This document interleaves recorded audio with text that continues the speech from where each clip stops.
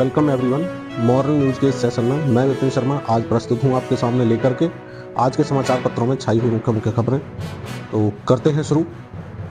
पहली खबर है, समग्र समावेशी विकास की दिशा में किए प्रयास आगे बढ़ाते हैं संवैधानिक आदर्श। राष्ट्रपति मुर्मू ने कहा, नागरिकों का जीवन सुगम बनाएं लोकतंत्र के तीनों स्तंभ। भारत लोकतंत्र की जननी है। मुर्मू ने संविधान सभा के अध्यक्ष एवं प्रथम राष्ट्रपति डॉक्टर राजेंद्र प्रसाद और संविधान रचनाकार डॉक्टर बाबा साहब भीमराव अंबेडकर के योगदान का भी उल्लेख किया। राष्ट्रपति ने कहा, अंबेडकर की प्रगतिशील और समावेशी सोच की छाप हमारे संविधान पर अंकित है। संविधान सभा में बाबा साहब के ऐतिहासिक संबोधनों से यह तथ्य स्पष्ट होता है कि भारत लोकतंत्र की जननी है। राष्ट्रपति ने संविधान सभा की 15 महिला सदस्यों के योगदान का भी स्मरण किया। राष्ट्रपति द्रौपदी मुर्मू ने संसद के केंद्रीय कक्ष में अपने संबोधन के दौरान आह्वान किया कि कार्यपालिका, विधायिका, न्यायपालिका को मिलकर नागरिकों के जीवन को सुगम बनाना चाहिए। तो उन्होंने कहा, देश के सबसे पवित्र ग्रंथ की मूल भावना यही कहती है, समग्र और समावेशी विकास की दिशा में किए जाने वाले प्रयास हमारे संवैधानिक आदर्शों को आगे बढ़ाते हैं। हमने जो सबक सीखे हैं उसे अगली पीढ़ी तक पहुंचाएं। रेलवे में 18,799 पदों के लिए 29 तक परीक्षा। रेलवे भर्ती board RRB assistant loco pilot की CBT 1 परीक्षा मंगलवार से शुरू हो गई। पहले दिन की परीक्षा में शामिल अभ्यर्थियों ने बताया कि समयाभाव के कारण सभी प्रश्नों का जवाब नहीं दे सके। 60 मिनट में 75 वस्तुनिष्ठ प्रश्नों का जवाब देना था। गलत उत्तर के लिए 1 तिहाई कम करने का प्रावधान है। परीक्षार्थियों ने बताया कि सामान्य ज्ञान और सामान्य विज्ञान खंड के प्रश्न आसान और मध्यम स्तर के थे। राष्ट्रीय और अंतर्राष्ट्रीय घटनाक्रम, महत्वपूर्ण तिथि, पुस्तक व उनके लेखक से संबंधित प्रश्न भी पूछे गए थे। गणित खंड में लाभ हानि प्रतिशत, क्षेत्रमिति, ज्यामिति आदि ज्यादा प्रश्न थे। रीजनिंग ने परीक्षार्थियों को ज्यादा परेशान किया। इसके माध्यम से 18,799 पदों पर नियुक्ति होनी है। अगर आप भी इस परीक्षा में शामिल होने वाले हैं तो ऑल द बेस्ट आप सभी के लिए। PDF फाइल में है ई कार्ड तभी ओपन करें, बहुत बड़ी खबर है। 1-2 दिन पहले की न्यूज में भी ये दिखाई थी कि व्हाट्सएप पर शादियों का कार्ड भेजने का जोर चल रहा है इस टाइम। AP के फाइल को लेकर कई शहरों में जारी हो चुका है अलर्ट। फाइल खोलने पर हैक हो जाता है मोबाइल और आपका मोबाइल भी हैक हो सकता है। शादियों का सीजन जो है वो चरम पर चल रहा है। इसके साथ ही एक ट्रेंड भी जोरों पर है, वह है शादी कार्ड का भेजना। लोग इसे निमंत्रण मानकर दावत में शामिल हो रहे हैं, लेकिन इस ट्रेंड को साइबर अपराधी तेजी से स्कैम में बदल रहे हैं। वह अनजान नंबर से शादी के कार्ड की फाइल भेजकर लोगों का फोन हैक कर रहे हैं और इसके बाद खाते से रकम भी उड़ा रहे हैं। इस फाइल को छूना मत। अगर आपके मोबाइल पर शादी के कार्ड के नाम पर AP के फाइल आती है तो इसे छूना मत, क्योंकि इसे खोलने के बाद साइबर अपराधी आसानी से आपका मोबाइल फोन हैक करके आपके बैंक खाते से रकम निकाल सकते हैं और इस स्कैम की आपको कानों कान खबर भी नहीं होगी। यूपी के कई शहरों में ऐसी घटना होने पर पुलिस ने लोगों को इस तरह की AP के फाइल को लेकर अलर्ट जारी किया है। आज के समय में लोगों के पास घर घर जाकर शादी का कार्ड भेजने का समय नहीं है, इसलिए वह ई कार्ड भेजते हैं और इसी का फायदा साइबर अपराधी उठाते हैं। ई कार्ड आने पर इसे करें फॉलो। शादी का ई कार्ड PDF फाइल है तो इसे खोला जा सकता है। AP के फाइल है तो इस लिंक पर क्लिक नहीं करना है। अगर किसी जानने वाले के नंबर से यह फाइल आई है तो उसे फोन करके पहले पुष्टि जरूर कर लें। अननोन नंबर से आने वाले ऐसे मैसेज को इग्नोर करना सही रहेगा। अपने परिवार और दोस्तों को इस जानकारी से अवगत जरूर कराएं। यह है प्ले प्रोटेक्ट फीचर की हेल्प लेने का प्रोसेस। सबसे पहले स्मार्टफोन पर गूगल प्ले स्टोर को ओपन करना होगा। अपने प्रोफाइल आइकन पर क्लिक करना होगा। मेन्यू में जाकर प्ले प्रोटेक्ट ऑप्शन में क्लिक करना होगा। प्ले प्रोटेक्ट के बाद स्कैनिंग वाला पेज ओपन करना होगा। इस पर बने स्कैन बटन को भी क्लिक करना होगा। नंबर आगे नेक्स्ट है, फोन स्कैनिंग के दौरान स्कैनिंग इन प्रोग्राम नजर आएगा, तो स्कैनिंग इन प्रोग्रेस लिखा नजर आएगा। अगर फोन के भीतर कोई हार्मफुल ऐप या हाइड एप्लीकेशन नहीं होगी तो नो हार्मफुल ऐप फाउंड पर का स्टेटस लिखा नजर आएगा। यदि यह स्टेटस नहीं नजर आता है तो हार्मफुल ऐप की जानकारी स्क्रीन पर भी दिख जाएगी। फिर आप इसे डिलीट करके लोगों को इस प्रोसेस की कम जानकारी है डिलीट कर देंगे। इस तरह का अगर कुछ आता है तो। और कई बार स्मार्टफोन भी ऐसे आ गए हैं जो खुद अलर्ट करते हैं। नेक्स्ट है, 70 विभागों में कनिष्ठ सहायक के 2702 पदों पर होगी भर्ती। अधीनस्थ सेवा चयन आयोग ने जारी किए हैं दिशा निर्देश। 23 नवंबर से 22 जनवरी तक होंगे ऑनलाइन आवेदन। ऑनलाइन देना होगा 25 रुपए का शुल्क। प्रदेश में 70 विभागों में कनिष्ठ सहायक के 2702 पदों पर भर्ती होगी। भर्ती के लिए ऑनलाइन आवेदन व शुल्क जमा करने की प्रक्रिया 23 दिसंबर से शुरू होगी। यह प्रक्रिया 22 दिसंबर तक चलेगी। शुल्क समायोजन व आवेदन में संशोधन की तिथि 29 जनवरी तय की गई है। अधीनस्थ सेवा चयन आयोग ने मंगलवार को इस संबंध में विस्तृत दिशा निर्देश भी जारी कर दिए हैं। कनिष्ठ सहायक भर्ती के अभ्यर्थियों को उनकी प्रारंभिक अर्हता परीक्षा PET 2023 के स्कोर के आधार पर शॉर्टलिस्ट किया जाएगा। आवेदन सिर्फ ऑनलाइन होंगे। अभ्यर्थी अपने पीईटी रजिस्ट्रेशन नंबर से भी आवेदन कर सकते हैं। इसके लिए उन्हें अपने मोबाइल नंबर पर ओटीपी से सिर्फ सत्यापन करना होगा। इससे उन्हें अतिरिक्त सूचनाएं नहीं भरनी पड़ेंगी, तो ये आसान हो जाएगा उनके लिए। हाई स्कूल की विज्ञान व कृषि की परीक्षा एक दिन कैसे होगी तैयारी? यूपी बोर्ड के कार्यक्रम की विसंगति सामने आई है। यूपी बोर्ड की ओर से घोषित हाई स्कूल और इंटरमीडिएट परीक्षा वर्ष 2025 के कार्यक्रम में विसंगतियों के कारण छात्र परेशान हो गए हैं। कुछ विषयों की परीक्षाएं एक ही दिन दोनों पालियों में कराई जाएंगी और दोनों पालियों की परीक्षा में परीक्षार्थियों को शामिल होना पड़ेगा। परीक्षा कार्यक्रम के संशोधन के लिए उत्तर प्रदेश माध्यमिक शिक्षक संघ एकजुट की ओर से अपर सचिव को ज्ञापन सौंपा गया है। संघ के प्रदेश संरक्षक डॉक्टर हरिप्रकाश यादव ने बताया कि बोर्ड परीक्षा का जो कार्यक्रम घोषित है उसमें विसंगति है। क्या विसंगति है? 1 मार्च 2025 को प्रथम पाली में हाई स्कूल की गणित और द्वितीय पाली में हाई स्कूल की ऑटोमोबाइल व वाणिज्य विषय की परीक्षा रखी गई है। 4 मार्च 2025 को प्रथम पाली में हाई स्कूल की विज्ञान और द्वितीय पाली में हाई स्कूल की कृषि विज्ञान भी रखी गई है। इसी प्रकार प्रथम पाली में इंटरमीडिएट वाणिज्य वर्ग के लिए लेख शास्त्र विषय और द्वितीय पाली में इंटरमीडिएट अर्थशास्त्र का जो पेपर रखा गया है। हाई स्कूल में विज्ञान अनिवार्य विषय है, इसलिए जो छात्र प्रथम पाली में विज्ञान परीक्षा देंगे वही छात्र द्वितीय पाली में कृषि विज्ञान का भी पेपर देंगे।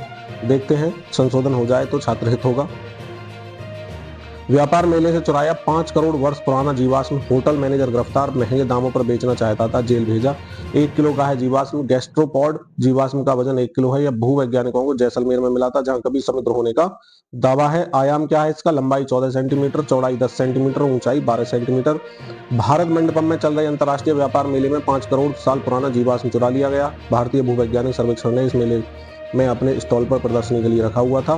पुलिस ने गैस्ट्रोपॉड जीवाश्म चुराने वाले आरोपी होटल मैनेजर मनोज कुमार मिश्रा को गिरफ्तार कर उसके कब्जे से जीवाश्म बरामद कर लिया है। उसे मंगलवार को कोर्ट में पेश कर जेल भेज दिया गया। पुलिस के मुताबिक महंगे दामों पर बेचने के इरादे से मनोज ने यह हाई प्रोफाइल चोरी की थी। यूपी बोर्ड के कॉलेजों में आज से सुरक्षाकर्मी व सुपरवाइजर भर्ती है, तो पढ़ लेते हैं एक बार जरूरी सूचना। यूपी बोर्ड के इंटर कॉलेजों में पढ़ रहे नौजवानों के पास सुरक्षाकर्मी और सुरक्षा सुपरवाइजर की नौकरी पाने का मौका होगा। भारतीय सुरक्षा दक्षता परिषद नई दिल्ली और SIS इंडिया लिमिटेड देहरादून के संयुक्त तत्वाधान में 27 नवंबर को कॉलेजों में इन दोनों पदों पर भर्ती के लिए शिविर आयोजित किए जाएंगे। बाकी सभी जानकारी DIOs और प्रधानाचार्यों को दे दी गई है। योग्यता और मानक क्या होंगे? सुरक्षा सैनिक 168 सेंटीमीटर लंबाई, सीना 80.85 सेंटीमीटर, उम्र 19 वर्ष से 40 वर्ष, वजन 55 से 90 किलो के बीच होना चाहिए। शैक्षिक योग्यता हाई स्कूल पास या फेल, शारीरिक और मानसिक रूप से फिट होना चाहिए। सुरक्षा सुपरवाइजर के लिए शैक्षिक योग्यता कक्षा 12 पास, साथ में कंप्यूटर ज्ञान की अनिवार्यता। आयु 21 से 40 वर्ष, लंबाई 170 सेंटीमीटर, वजन 55 से 90 किलो के बीच होना अनिवार्य है।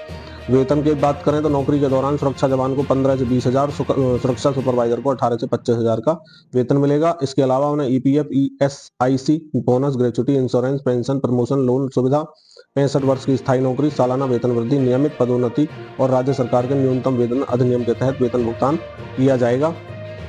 तो आप भी अपने नजदीकी इंटर कॉलेज में जाकर के पता कर सकते हैं कब शिविर लग रहा है। भारत के 120 खिलाड़ियों पर हुई 383.4 करोड़ की धनवर्षा। IPL बोली इंग्लैंड पर खर्च हुए 70.25 करोड़। IPL का सीजन आने वाला है, आपको पता ही है। भारत के 120 खिलाड़ियों के लिए 383.4 करोड़ रुपए की राशि खर्च की गई है और इंग्लैंड के 12 खिलाड़ियों के लिए 70.25 करोड़, ऑस्ट्रेलिया के 13 खिलाड़ियों के लिए 66.7 करोड़, दक्षिण अफ्रीका के 14 खिलाड़ियों के लिए 47.5 करोड़, न्यूजीलैंड के 7 खिलाड़ियों के लिए 29.05 करोड़, अफगानिस्तान के 6 खिलाड़ियों के लिए 21.95 करोड़, श्रीलंका के 6 खिलाड़ियों के लिए 13.95 करोड़, वेस्ट इंडीज 4 खिलाड़ी हैं 6.35 करोड़। उम्र के हिसाब से भी खर्च की डिटेल दी गई है, आगे देखते हैं। पेन 2.0 की सुविधा अगले वर्ष से पुराने बदलवाना जरूरी नहीं होगा।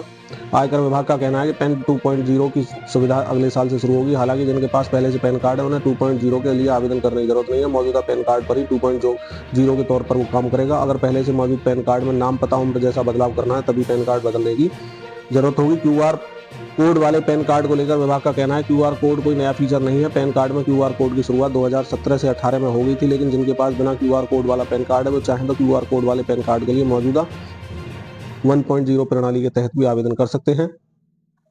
सोमवार को कैबिनेट कमेटी की बैठक में पेन 2.0 की शुरुआत करने का फैसला लिया गया। विभाग का कहना है कि पेन 1.0 और पेन 2.0 के बीच मुख्य फर्क सिर्फ इस बात का होगा, अभी पेन और टेन संबंधी सेवाएं 3 अलग अलग पोर्टल से संचालित होती हैं। अगर फिजिकल पैन कार्ड है लेना है तो उसके लिए देने होंगे 50 रुपये। नए पैन कार्ड के लिए या फिर पुराने पैन कार्ड में किसी प्रकार के बदलाव के लिए आवेदन करने पर कोई शुल्क नहीं लिया जाएगा और पंजीकृत ईमेल के जरिए ई पैन पहले भेजा जाएगा। फिजिकल पैन कार्ड के लिए आवेदक को 50 रुपये का अतिरिक्त शुल्क देना पड़ेगा। पैन 2.0 की सुविधा शुरू होने पर सभी जानकारी के लिए अलग से एक कॉल सेंटर की भी स्थापना की गई है। रोजगार की तलाश में रहने वाले अभ्यर्थियों के लिए नॉर्थ वेस्टर्न रेलवे में 1791 अप्रेंटिस पदों पर भर्ती है। 10 दिसंबर 2024 अंतिम तिथि है। शैक्षणिक योग्यता किसी मान्यता प्राप्त बोर्ड या संस्थान से 10वीं और अन्य समकक्ष योग्यता। अधिक जानकारी के लिए आप rrcjaipur.in पर एक बार जाकर सर्च कर सकते हैं। जूनियर स्टेनोग्राफर के और अन्य पद हैं OSSC में। 12 दिसंबर अंतिम डेट है और इसमें 12वीं और उसके समकक्ष योग्यता होना है। OSSC.gov.in पर अधिक जानकारी के लिए सर्च कर सकते हैं। ITBP में 526 कांस्टेबल और अन्य के पद हैं। 14 दिसंबर 2024 अंतिम तिथि है और किसी मान्यता प्राप्त विश्वविद्यालय या संस्थान से अधिसूचना में वर्णित वांछित समकक्ष योग्यता। तो अधिक जानकारी के लिए recruitment.itbp.olice.nic.in पर संपर्क करें। KGMU में जगह है 332 टेक्निकल ऑफिसर एवं अन्य। 31 दिसंबर अंतिम तिथि। ज्यादा जानकारी के लिए kgmu.org पर संपर्क करें। चंद्रयान के बाद अब शुक्रयान की तैयारी हो चुकी है।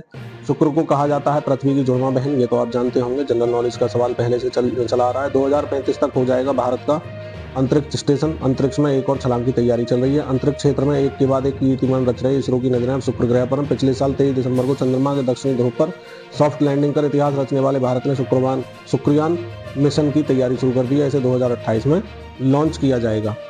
वैज्ञानिकों ने पता लगाया मोटापे से कैसे बढ़ता है डायबिटीज का जोखिम। वैज्ञानिकों ने इस बात का पता लगाया कि मोटापे से कैसे टाइप 2 डायबिटीज का खतरा बढ़ जाता है। शोध का निष्कर्ष सेल रिपोर्ट्स में प्रकाशित हुआ है। अमेरिकी शोधकर्ताओं ने दावा किया है इससे टाइप 2 डायबिटीज और क्रॉनिक बीमारियों के उपचार में सहूलियत मिलेगी। संविदा सफाई कर्मियों का मानदेय तय हो चुका है। 412 रुपये प्रतिदिन की न्यूनतम मजदूरी तय की है श्रम विभाग ने। नगर आयुक्तों और अधिशासी अधिकारियों को निर्देश जारी हो चुका है। 10,712 रुपये प्रति माह मिलेंगे नगर निकायों के संविदा सफाई कर्मियों को। 762 नगर निकाय हैं अब तक प्रदेश में, यानी उत्तर प्रदेश की बात हो रही है। 30 दिन के आधार माह में 26 का दिया जाएगा मानदेय। आगे खबर है 8 महीने में 62 लाख विदेशी टूरिस्ट भारत आए। एक आंकड़ा पेश कर रहे हैं। 95 लाख से अधिक विदेशी टूरिस्ट 2023 में भारत आए। 10% विदेशी टूरिस्ट अभी भी कम है प्री कोविड के मुकाबले। $1.8 trillion revenue generate international tourism से।